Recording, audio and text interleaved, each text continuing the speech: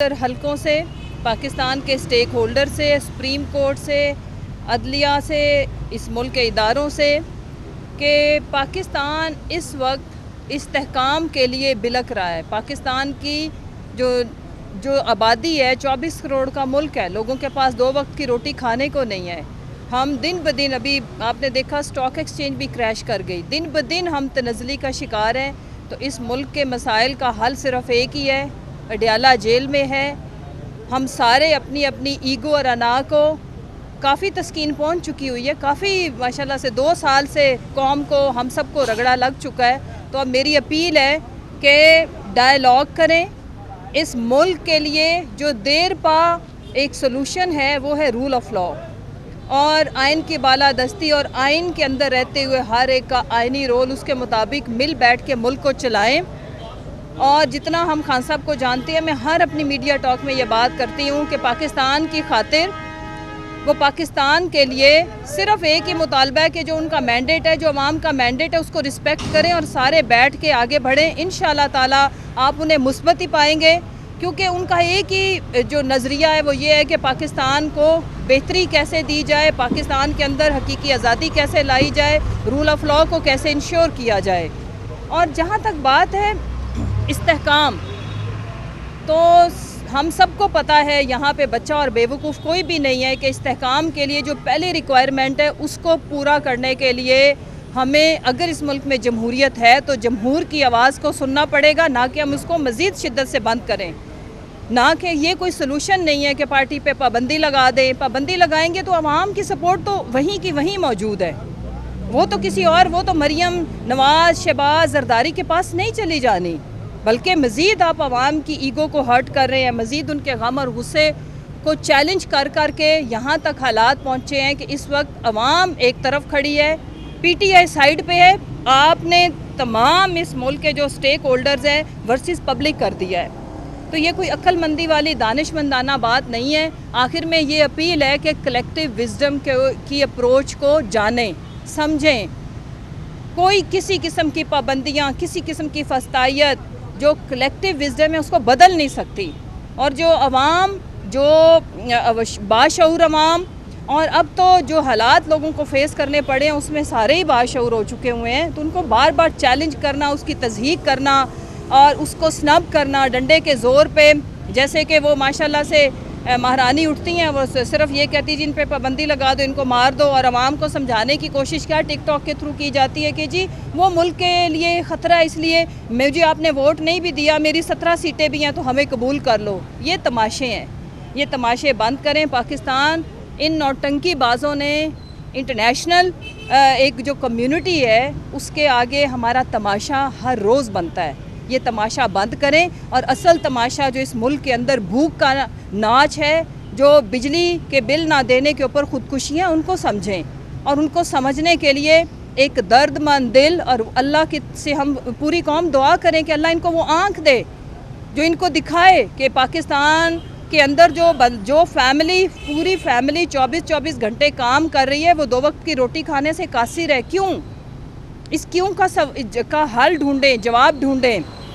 آ کے سٹیٹمنٹ دے دینا ماشاءاللہ شہباز شریف صاحب کے جی ہم برآمدات اتنی کر دیں گے، اور دوسری کی جو ٹک ٹاکس پہ دیکھے تو دودھ اور شہد کی نہریں نظر آتی ہیں، ایسے لگتا ہے ہم جنت میں رہ رہے ہیں، من سلوہ آ رہا ہے۔ اور ہمیں کل ملا کے جو ہر جماعت نے وعدہ کیا تھا 300 یونٹ کی بولی لگائی تھی، 300 یونٹ اگر اس حساب سے دیکھے تو ہمیں 1200 یونٹ تو فری بنتے ہیں، 300 بلاول کے، 300 مریم کے، 300 وہ جو نئی پارٹی بنی تھی ان کے، ایم کیو ایم کے ملا کے۔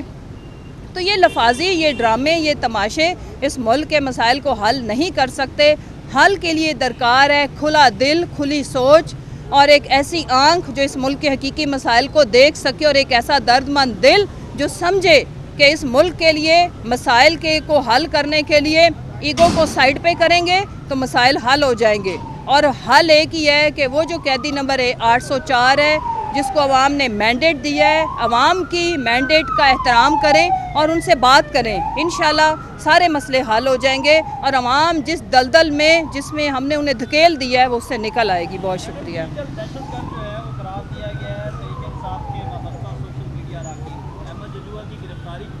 اور اس کے بعد اظہر مشوانی کو یہ کال آئی کہ اگر آپ برطانیہ کی میٹنگ میں شریک ہوئے تو آپ کے ماں باپ کو بھی اغوا کر لیا جائے گا اور وہ کال ان کے بھائیوں کے نمبر سے بہت سارے معاملے کو آپ دیکھو شاکر، بہت افسوسناک ہے، اور اس میں پی ٹی آئی کا نام نہیں لیا گیا، اس میں ڈیجیٹل دہشت گرد میں انکلوسیو بات کی گئی ہے. میں بھی آپ کو بھی کہا گیا، آپ کو بھی کہا گیا، سب کو کہا گیا ہے کہ یعنی کہ جس کے جو سوشل میڈیا یوزر ہے، جس کے ہاتھ میں موبائل ہے، تو یہ افسوسناک ہے.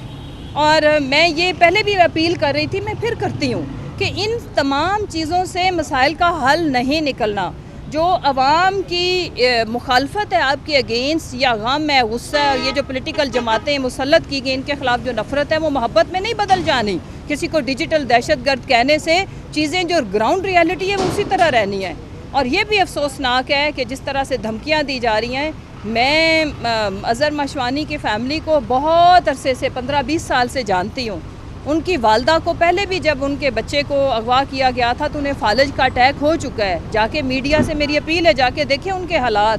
وہ دو بزرگ ماں باپ ہیں جنہوں نے کہاں سے، مانسہرہ سے، جس علاقے سے اٹھے اور آ کے اس ملک میں ان کے 2 بچے تدریس کا کام کرتے تھے. استادوں کا بڑا مقام ہوتا ہے باقی معاشروں میں. اظہر ماشوانی ٹھیک ہے، اس کی وابستگی ایک سیاسی جماعت کے ساتھ ہے، اور اس کی باقی فیملی ٹوٹل نان پولیٹیکل ہے. وہ تو پروفیسرز ہیں، پڑھاتے ہیں، استاد ہیں.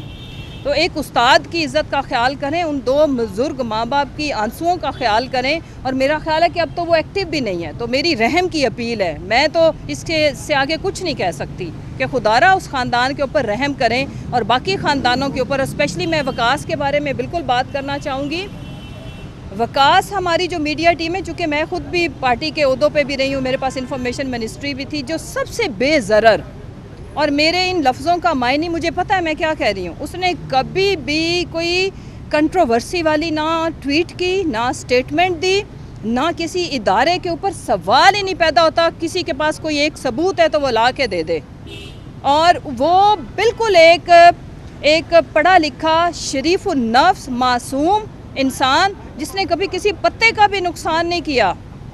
آپ ایسے بندے کو جو پڑھا لکھا ہو، اس کا کام کتنا تھا میں عرض کر دیتی ہوں. جیسے جب خان صاحب کی اگر پریس کانفرنس ہے یا کسی انٹرنیشنل میڈیا آؤٹ لیٹ کو ہم نے انگیج کیا تھا، ڈاکٹر شیریں مزاری صاحبہ یا باقی جو لوگ انٹرویو رکھواتے تھے، وہ صرف لوجسٹکس